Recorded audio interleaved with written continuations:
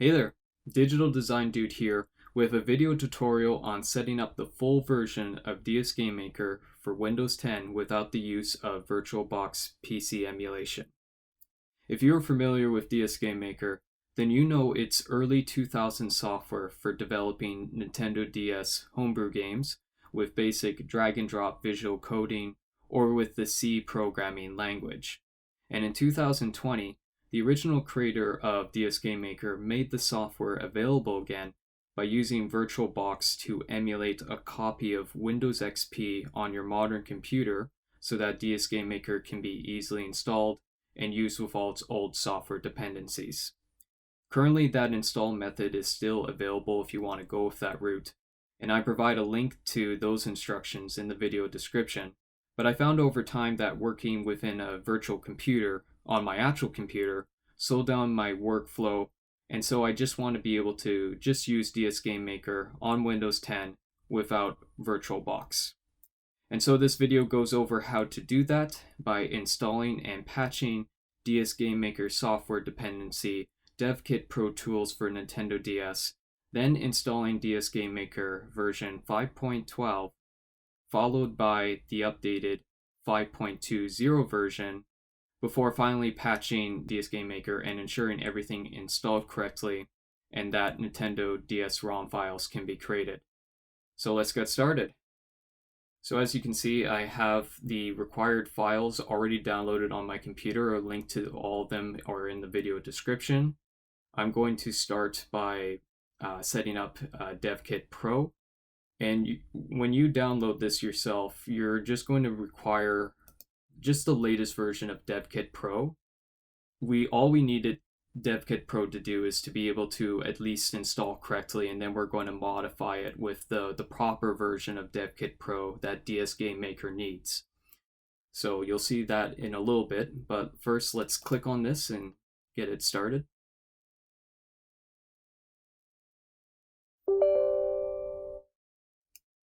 I just got a prompt to accept the installation and dragging this window over here. So I want to download and install from downloaded files. I do not want to actually keep any of these downloaded files after the install. And I'm only going to keep the Nintendo DS development tools checked for this part. Okay, and press next. Go with the default install path, install.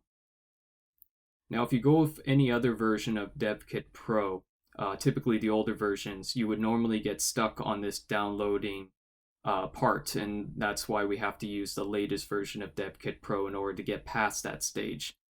Otherwise it would be as easy as just using the DevKitPro updater that DSGM Maker comes with. But of course we just can't do that, so we have to use the latest version, and that's what we're doing right now. And after this is done installing everything we need, like I say, we're going to patch it so that the actual version that we use on our computer is actually an older version of DevKitPro, whereas all this is really doing is setting up the PC environment variables so that DSGM Maker can recognize at least where to find these tools when DSGM Maker is about to create the Nintendo DS file. I'm just going to speed up this part of the video so that you don't have to wait around, of course, so I'll see you in a little bit.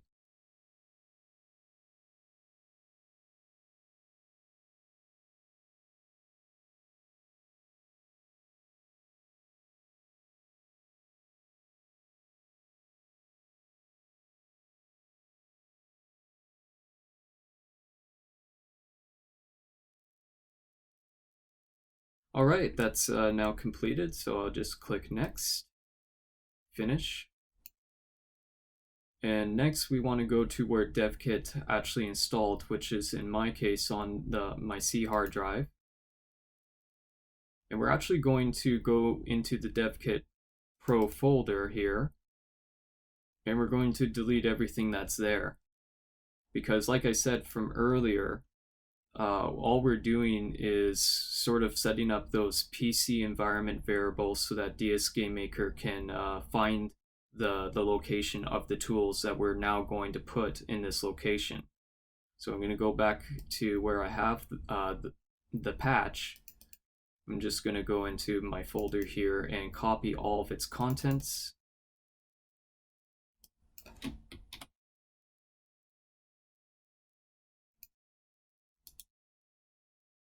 Copy that, go to DevKitPro, back on the C drive, and I'm going to paste everything into the actual DevKitPro folder to apply the patch. And I'll speed up this part so you don't have to wait for the progress bar. Okay, awesome. Everything is now in its proper place. So I'm going to go back to where I have my other files, and we're going to now install DSGameMaker. So I'll start by installing version 5.12. And the reason why we're starting with 5.12 is because 5.12 was a pretty stable build of DSGameMaker, and it's what makes 5.20 special is that it doesn't need a working DSGameMaker server in order to actually run run DSGameMaker. So you can use it offline, in other words. The default path is fine for where it will be installed, so press next, next. I'm good. I don't need a desktop icon, and press install. So that's throwing everything into of course, the proper install location. I'm not going to launch the DSGameMaker, I'm just going to finish that. And now let's install version 5.20 for DSGameMaker.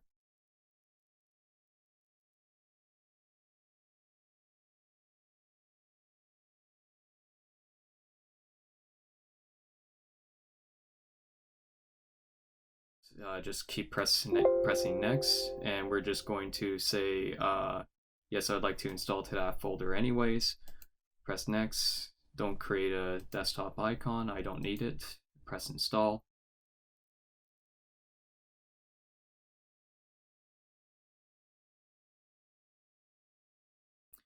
So I can finish.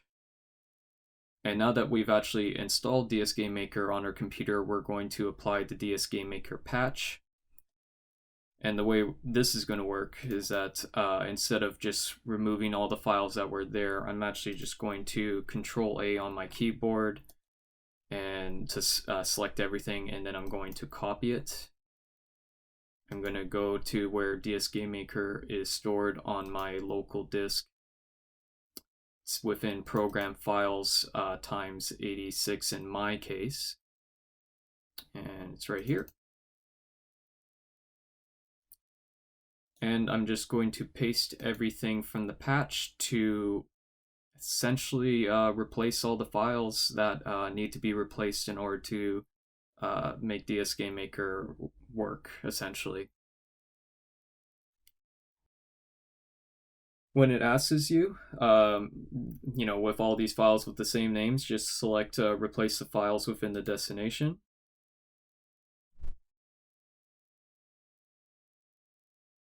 And do this for all current items and continue.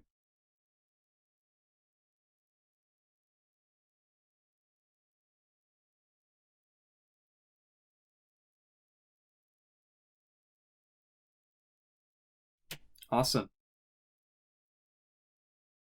So there's one more thing we have to do, and that is we have to ensure that the actual DSGameMaker PC environment variables installed correctly. So I'm going to go over on my PC here, and I'm going to search for Edit System Environment Variables. And that's going to bring up this menu here. Then I'm going to click the Environment Variables button. We have to update these values here for DevKit, ARM, DevKit, not specifically this one because this isn't actually related to DSGameMaker, but really it's DevKit, ARM, and DevKitPro that have to be updated, as well as the path variable, which contains references to DevKitPro. And is missing, I believe, a reference to Devkit ARM. Yes. So let's update them in order that we see them.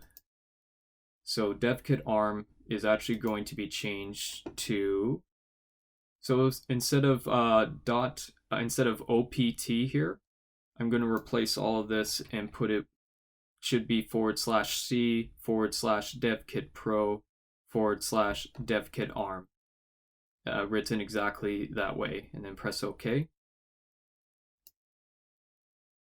And then for the Devkit Pro, I'm going to edit, and it should be, instead of /OPT Devkit Pro, it should actually be /C/Devkit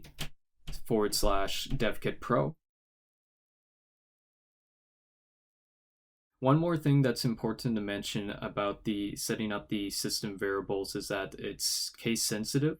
So even though under here it says Devkit Pro, you have to make sure that the P is capitalized. That's something I actually forgot while making this tutorial, and DSGameMaker didn't work without that. So just be sure to make sure that that P is capitalized, and you should be good to go. And then we're going to go to the path, edit. And this actual location is fine for Devkit Pro, but we're missing a reference to Devkit ARM. So I'm going to select the new button and paste in the details that I have from the instructions in the video description below.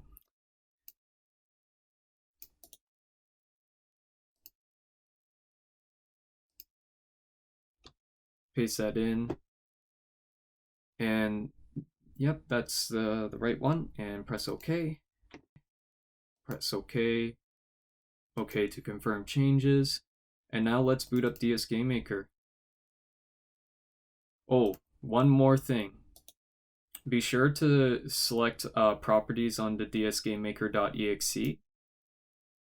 And we have to make sure that DSGameMaker always opens as administrator mode so that it has all the permissions it needs to access what it requires.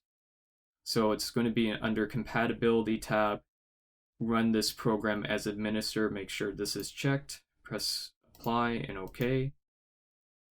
So now we're ready to test DSGameMaker. Let's give that a click. And it's asking me, do you want to allow this app to allow changes on your device? And I say yes. And I'm just going to test adding a sprite to my game by saying I accept to the sprite. Object, assigning that sprite to the object that I have in my game. Going to the room, which is sort of like game levels in DSGameMaker. Adding the object to the level grid here, pressing accept, and we're going to test our game by pressing the play button up in the top ribbon. So then you'll get this black dialog box that goes through the process of compiling your game and getting it ready to actually play on a Nintendo DS emulator. And that's how you get DSGameMaker running on Windows 10 in 2021. Before closing, I want to thank and credit Sandy Sage and Chardeblo. I hope I pronounced that as best as I could, for their tutorials on how to get DSGameMaker working back in 2016 and 2019 respectively. The link to those tutorials are in the video description, and I wouldn't have been able to make this video without their instructions. And I simply just added a few extra steps to the process that were needed to get DSGameMaker working in more modern times. Overall, I hope this video has helped you out, and have fun making Nintendo DS games. See ya!